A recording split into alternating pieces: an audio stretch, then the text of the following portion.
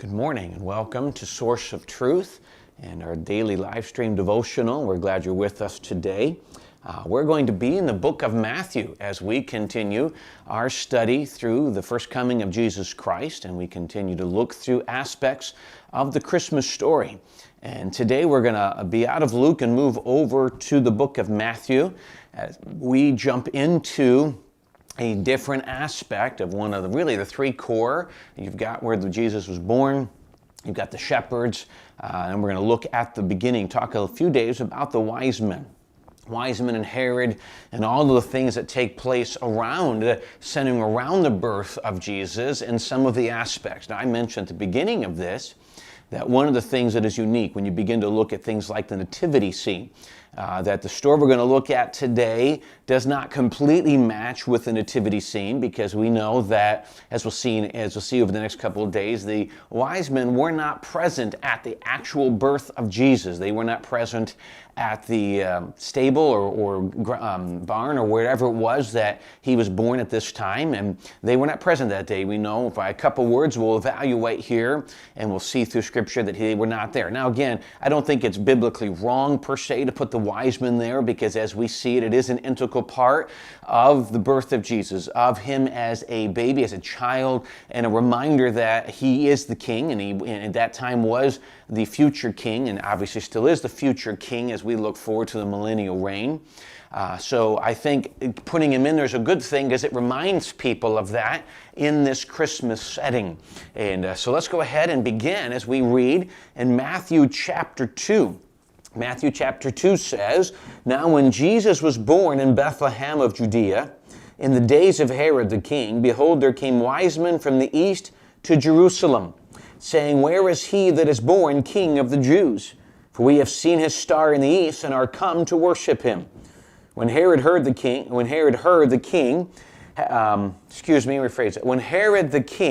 had heard these things, he was troubled, and all Jerusalem with him. And when he had gathered all the chief priests and scribes of the people together, he demanded of them where Christ should be born. And they said unto him, In Bethlehem of Judea, for thus it is written by the prophet, Thou Bethlehem in the land of Judah, art not the least among the princes of Judah, for out of thee shall come a governor that shall rule my people Israel. Then Herod, when he had privately called the wise men, inquired of them diligently what time the star appeared." Well, let's go ahead and take a look at these verses real quick, and this we'll break this aspect of the story probably into 3 or 4 different episodes as we go through this time. So let's go back to verse 1, and it says, "Now when Jesus was born in Bethlehem," we see it was in the days of Herod the king.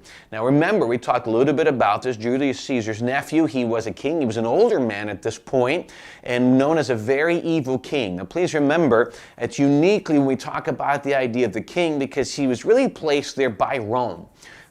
Israel was still under the captivity and the rule and control of Rome.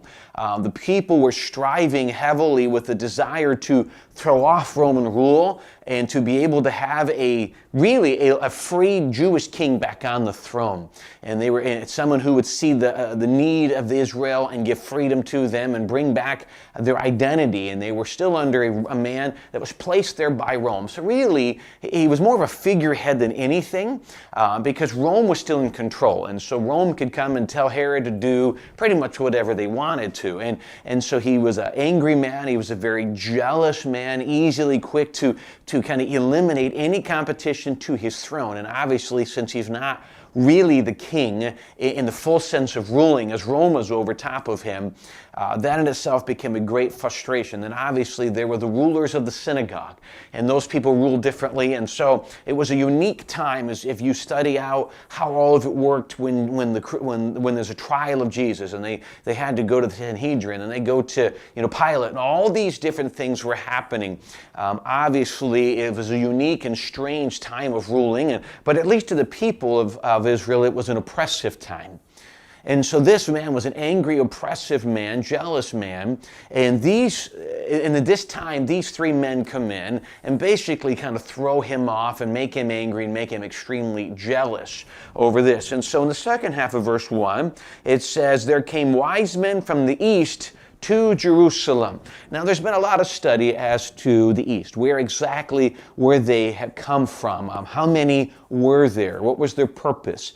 I was reading this morning, some theologians believe that it might have been from the Babylonian arena or area, specifically for the reason behind it was that because there were many Hebrews in captivity in Babylon, there would have been a lot of Hebrew writings in this area. And because of that, these wise men would have studied their own stuff, their own information, the Hebrew. They would have done anything they can to get as much information as they can. They probably by nature were astrologers. They studied the stars, and so their desire was to fully understand and map out the heavens. And so this new star appears, and inevitably it was something that grabbed their attention. It was very different than all they had seen. It was very unique. It was very new, and they would have known that. And so they saw this, and then they would have been able to compare all of this back to Hebrew writings. And we know this because later on, in a few verses, they quote the writings of Micah, of a prophet, and they say it was a prophet who did this. And so we see these men had knowledge and were able to have availability to Hebrew prophecy. And so likely from that area, exactly where they came from is not necessarily important, as it is people from outside of the Hebrew area recognized this king and were going to come and worship him. And so they would have journeyed by foot. Now the debate comes as to when did the star appear. Let's go down to verse 3 and verse 2. It says, they said, these wise men came into Jerusalem saying, where is he that is born King of the Jews? For we have seen his star in the east and are come to worship him. Now, please remember, these were wise men. Obviously, as they came in, probably Persian by nature, they came in. It would have been obvious by their dress. It would have been obvious by the coming in that they were not paupers. They were wise men to be listened to, believed. And so Herod, because of the nature of who these men were, immediately would have believed what they said to be true, and would become jealous and nervous and said, man, this is not good. These men know something I don't know. We need to find out more information. And so immediately their entry would have caused a stir. But it's interesting, he says, we have seen his star in the east. So there's a lot of debate as to when the star appeared. Some people believe it might have appeared 2 years prior to the birth of Jesus, and therefore they could have been there shortly after the birth. Maybe it was the day of the birth, and then it took them time to research and find out. Then they journeyed to Bethlehem to find out what it was. Again, the time doesn't make much of a difference. We know in one of the later passages in this section that it was said that they came to the house to worship Jesus. And so they know that Jesus was no longer in the stable, that he was now living in a house in Bethlehem. We also know that they came to the young child. The terminology in the Greek states that he was no longer an infant, no longer a baby, that he was, what we would guess, approximately 2 years old. He was a toddler, as we call him today. Young child is the terminology they use. Now, we come back to why he thinks he might have been 2 years old. Well, obviously, Herod asked these men, give us information as to when the star appeared. Go worship. Tell us information. They fulfilled they explained the prophecy that had been fulfilled, and Herod became angry, and then later we'll see when he didn't return, he went after them, and he went after any baby 2 years and younger. So with that, we get the idea that Jesus could have been upwards to 2 years old at this point. Now, it's interesting, there's questions we'd ask. How come they didn't go back to Nazareth? Why were they still in Bethlehem? Where did they get the house? There's a lot of things that, Jesus just doesn't tell us in Scripture. But it's interesting that they were there. Here's my question I've wondered. Did the star appear over the house they would stay in before Jesus was born? Or did it appear over the stable? Did it move? Here's an interesting question. When the wise men found him, did the star leave heaven and sit over the house? Because how would they know what exact house it was if the star was in space? So many unique things, maybe insignificant questions, shall we say, in some of these aspects. Let me tell you, when I look at this, not only just from breaking down the details of the passage, from practical points of view in this. We look at three men who understood prophecy. They'd studied prophecy. They'd studied the stars. And what we see is another aspect where God used other people outside of Scripture to prove Scripture. He'd use these men to come in and to, several things, to give Joseph a reason to flee to Egypt, which was needed because it fulfilled prophecy as well. It showed the true deity of Jesus. And we'll see in an episode or two later about the three gifts and what does it mean for him as the king, as the prophet, as the priest, as one day the sacrificial lamb, and those are all part of that. And so we see that God used these three wise men, or let me say these wise men, because we actually don't know how many came.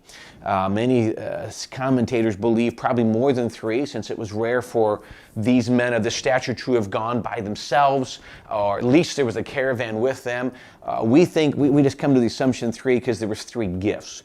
There could have been many more. Again, it is not a significant information to know the exact number of people that had come.